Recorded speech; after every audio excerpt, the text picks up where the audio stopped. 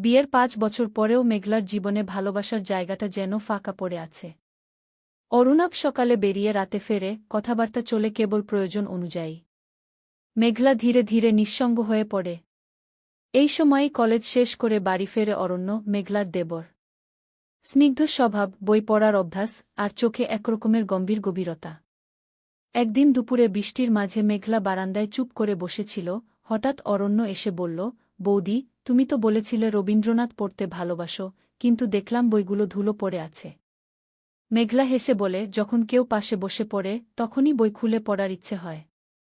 এই সামান্য কথোপকথন একটা সম্পর্কের সূচনা করে, যা রক্তের সম্পর্কের গণ্ডির বাইরে যায় না, কিন্তু মানসিক ঘনিষ্ঠতা তৈরি করে। কয়েক মাস কেটে যায়।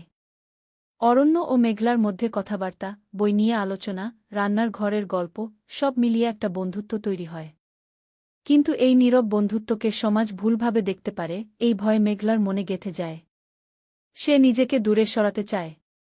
একদিন সে অরণ্যকে বলে, তুই এখন নিজের ভবিষ্যৎ নিয়ে ভাব, আমার মতো কেউ একজনের নিঃসঙ্গতা দূর করতে এসে নিজের স্বপ্ন নষ্ট করিস না।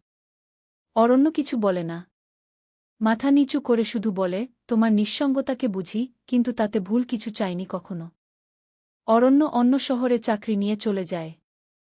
যাওয়ার আগের রাতে সে মেঘলার বারান্দায় রেখে যায় একটা চিঠি, যেখানে লেখা, বৌদি, ভালোবাসা মানেই কাছে থাকা নয়, পাশে থাকা। আমি দূরে থেকেও তোমার সেই শূন্যতা ভরাট করার প্রার্থনায় থাকব। তুমি বইগুলো খুলে পড়ো, সেই ইচ্ছেটুকু যেন মরে না যায়। মেঘলা জানালার পাশে দাঁড়িয়ে চিঠিটা বুকের কাছে চেপে ধরে। বাইরে ঝিরঝিরে বৃষ্টি পড়ছে। ভেতরে তার মনটা ধীরে ধীরে হালকা হয়ে আসে।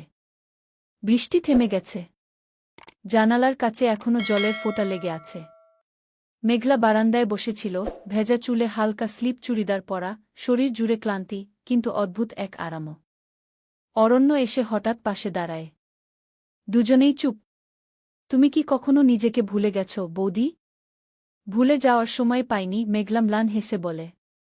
অরণ্য চোখ নামিয়ে বলে, তুমি জানো, এই দুপুরগুলো আমাকে পাগল করে তোলে। তোমার ভেজা চুল, এই গন্ধটা, এই নিঃসঙ্গতা, সব মিলিয়ে মনে হয়। সে থেমে যায়। মেঘলার ঠোঁট কাঁপে, কিন্তু সে কিছু বলে না। হঠাৎ হালকা বাতাসে তার ওড়নাটা উড়ে গিয়ে অরণ্যের হাতে পড়ে। সে ধীরে ধীরে তা এগিয়ে দেয়। এক মুহূর্ত হাত ছুঁয়ে যায়। একটা শিহরণ সারা শরীরে। আমি জানি এটা ভুল। সব ঠিক আর ভুলে মাপে হয় না, মেঘলার গলায় যেন আভাস থাকে। অভিমানের, আকাঙ্ক্ষার। একটা মুহূর্ত নীরবতা। যেন সময় দাঁড়িয়ে আছে। অরণ্য এগিয়ে আসে, মুখটা একটু কাছে আনে। মেঘলার নিঃশ্বাস ভারী হয়ে ওঠে। কিন্তু ঠিক তখনই দূরে দাদার বাইকের আওয়াজ।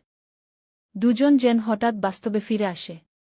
মেঘলা দ্রুত সরে গিয়ে চুল ঠিক করে, চোখ নামিয়ে বলে, আজ বৃষ্টি বেশি পড়েছিল, তাই শরীরটা একটু গরম। অরণ্যও নিজেকে সামলে নেয়। কিন্তু দুজনেই জানে, আজ কিছু বদলে গেছে।